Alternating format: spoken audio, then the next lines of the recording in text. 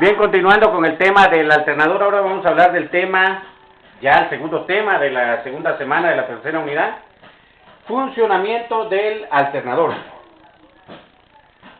Empecemos por hacer un breve recordatorio, ¿verdad? Que el dínamo utilizaba conductores de corriente que cortan las líneas de fuerza de un campo magnético estacionario, induciendo en ellos corriente, ¿verdad? Entonces prácticamente aquí tenemos lo que es un dínamo, un esquema de un dínamo, ¿verdad? Porque el dínamo tiene un campo estacionario y gira un conductor dentro de esos dos campos magnéticos, ¿verdad?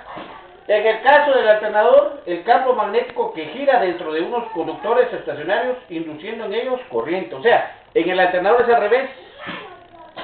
Este cable, este conductor que está girando acá, aparece en forma de estator estacionario. Estacionario significa que no va a circular, no se va a mover. Ahí lo que tiene movimiento, lo que se va a mover, es el campo magnético. Estos dos campos magnéticos van a estar acá y va a ser el rotor el que va a girar. El conductor va a ser estacionario. Entonces, los dos cumplen con la función de generar corriente eléctrica, solo que de distinta manera. El principio sigue siendo el mismo. Entonces,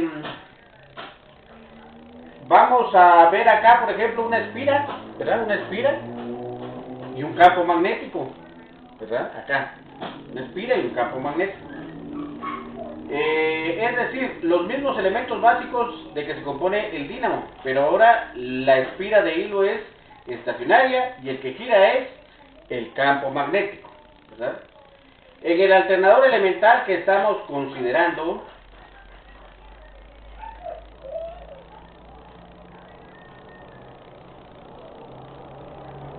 el campo magnético lo crea una barra imantada que gira, ¿verdad? Que es el rotor. La espira está conectada a la carga, en este caso a una bombilla.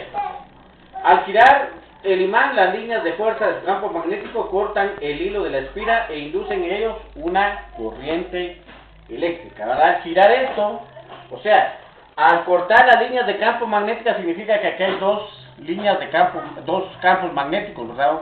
Un imán con el polo norte y un imán con el polo sur.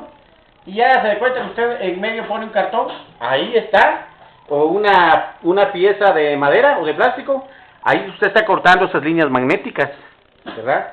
Ya no está saltando las líneas magnéticas de norte a sur, las está cortando. Entonces es lo que hace el conductor en determinado momento. Por estar cerrado el circuito, la corriente circula, pero ¿en qué sentido? Esto nos lleva a otra de las leyes de la inducción. Las líneas de fuerza magnética salen por el polo norte de un imán y entran por el polo sur. Cuando el polo sur corta la rama superior de la espira, girando en el sentido que indica las flechas, induce una corriente que circula en el sentido indicado por las flechas. A su vez, el polo norte opuesto induce una corriente del mismo sentido en la rama inferior de la espira. Por haber convenido que la corriente circula desde el positivo hasta el negativo, tenemos que el extremo superior de la espira es positivo, mientras el inferior es negativo, tal como se ha representado.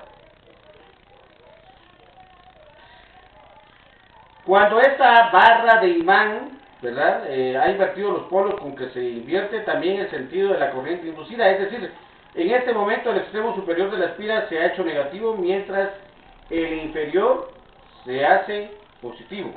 Veámoslo acá. Veamos cómo es que va a funcionar este alternador. Si nosotros nos damos cuenta, para empezar, antes de hablar del principio de inducción, tenemos nuestro alternador acá. Y dice que el alternador pues es el encargado de transformar la fuerza mecánica en energía eléctrica. ¿Y cómo lo va a hacer? Primero, va a girar una polea, va a hacer que gire ese alternador. Por medio de la correa va a recibir la fuerza del motor y lo va a hacer girar. 2. El rotor se compone de dos tapas y una bobina que recibe energía eléctrica de la batería. Esta genera un campo electromagnético y hace de las dos tapas dos electroimanes que giran. 3. La bobina. 4. Las tapas. 5. El anillo colector. Permite el paso de la corriente entre el rotor y el estator.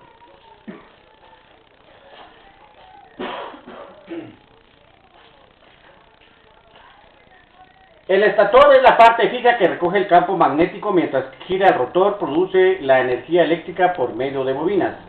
6. El regulador es el encargado de mantener una tensión máxima de salida del alternador de 14.5 voltios. Y 8. Es rectificada esa corriente alterna y es convertida en corriente continua, que es la que aprovecha el automóvil. Ahora, siempre hablando de este principio que habíamos hablado de inducción electromagnética, pues habíamos hablado de que se necesita un campo magnético, ¿verdad? Así como lo vemos acá, ¿verdad? El inconveniente es que el alternador, como su mismo nombre lo indica, pues él va a generar corriente alterna.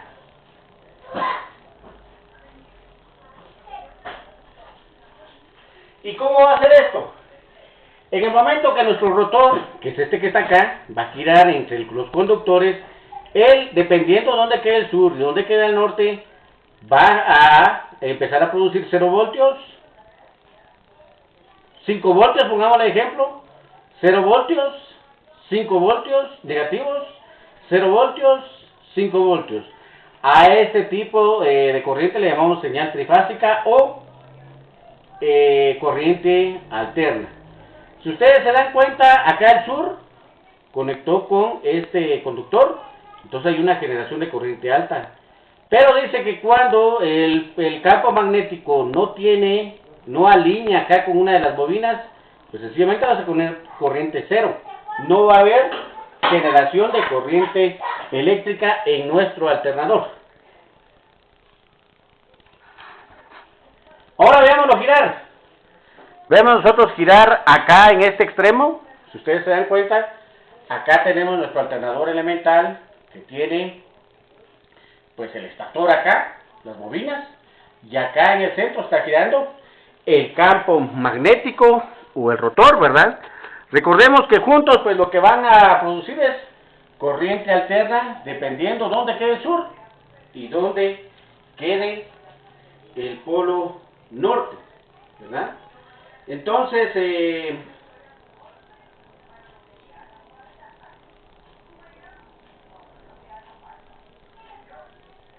cuando dependiendo dónde queda uno de los extremos del campo magnético, la generación de corriente va a ser